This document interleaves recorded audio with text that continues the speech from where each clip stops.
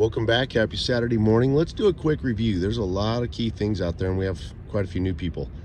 So back at the beginning of the year, we're just going to go through, just so you know, we both study this through both faith and facts to get to the finish line, because that's how you reach the highest level of accuracy in this, okay? So back at the beginning of the year, Iraq told us they were going to implement a temporary budget. From that, we were able to figure out that Iraq was going to transition to a new fiscal year because they're now exiting the Chapter 7 sanctions, okay? The last final step of the Chapter 7 sanctions would be Iraq's final payment to Kuwait. I think it's approximately $4 to $5 billion is what's owed to Kuwait from the Saddam Hussein reparations, okay? So, and again, that final payment is inside of Iraq's 2020 budget, okay? So their moves do suggest to us they're transitioning to a new fiscal year. Then, now this is kind of where faith came in. You know, you guys know I had a prophetic word, and I've shared it ever since I've been on YouTube. It's not a date I pulled out of thin air, of March 17th. Kim Clement had a prophetic word. He said, do not look to Wall Street, but the Dow will reach 20,000 points. Only observe. So on my prophetic date of March 17th, the Dow reached 20,000 points as the Wall Street and financial markets were tanking and crashing in the U.S. due to the coronavirus. Okay, so that's what you have. So what happened on March 17th? Why did God emphasize that time period to us? Well, Iraq closed all their financial markets. What does that mean? Iraq would have had to have closed all their financial markets because that's a requirement to change the rate if they had started the rate change process, okay? So since March 17th, Iraq shut down their currency auctions, and they shut down their ISX stock exchange. Again, those are requirements to change the rate, okay? So the reason why God brought us March 17th is because that's literally when Iraq started the rate change process, okay? So since that time forward, for about 3 straight weeks, all the financial markets stayed completely shut down for a period of 3 weeks. Then about 4 weeks later, Iraq resumed to about 2 currency auctions per week. They still kept the ISX down and offline, but they were only doing about 2 currency auctions per week, starting in the 4th week and also around the 5th week. And then they took the currency auctions, they backdated them by almost 4 weeks, clear back to March. What does that tell us? Well, the currency auctions are a tool to control and get the exchange rate back within the IMF's 2% compliance. That's why they only did 2 per week to balance out the overall exchange rate within the country. And guys, that tells you it floats. You know, a lot of you guys keep freaking out, saying, oh, they keep telling us the exchange rate's going to float. It already does.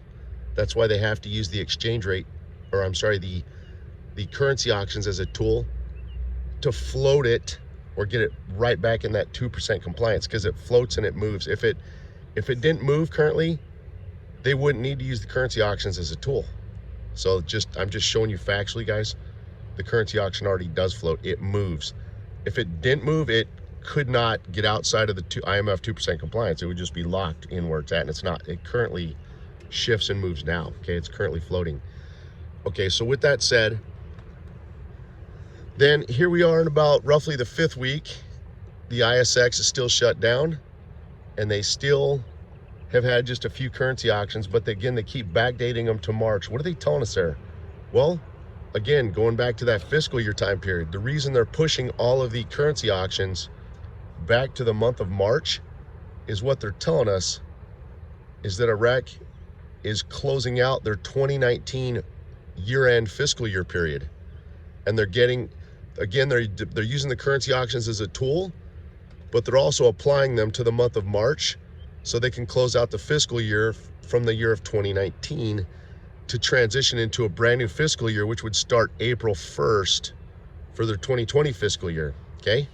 So that's exactly what they're trying to tell us right there.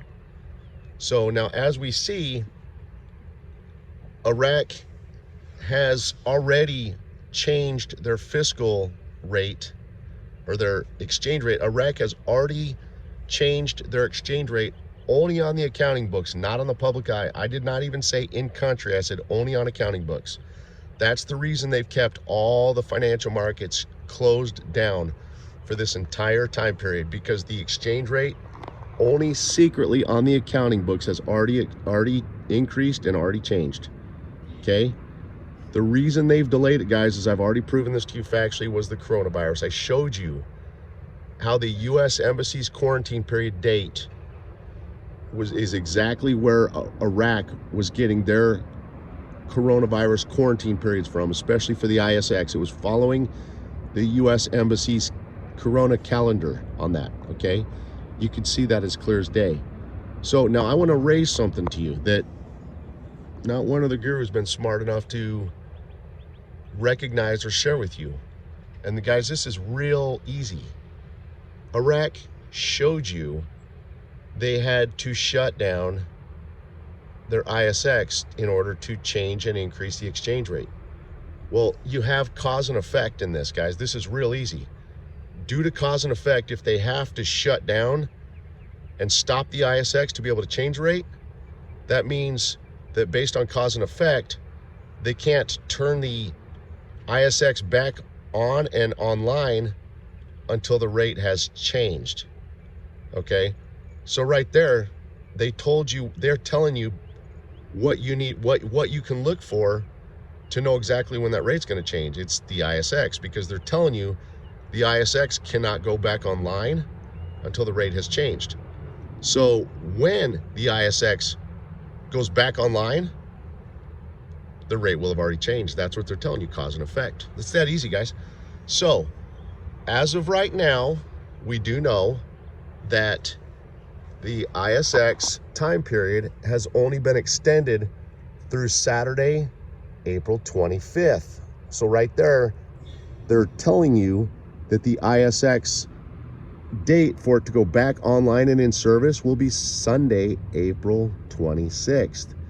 And through a video that I did earlier in the week, I brought something interesting to your attention. I told you that if you look at how they only extend their quarantine periods to Saturdays, that's because they can only change their rate on a Sunday morning. So by reinstating the ISX stock exchange on a Sunday, that allows them to change and increase the exchange rate on a Sunday morning before the ISX goes back online at 10 a.m. Iraq time in the morning. It's that easy, guys. So there you go, guys. This is super easy to actually figure out right now. And remember, there's only one Sunday left in the month of April. So I just wanted to share that with you after this weekend. So anyway, guys, you guys can do the math on all that. You guys are very sharp, brilliant, intelligent.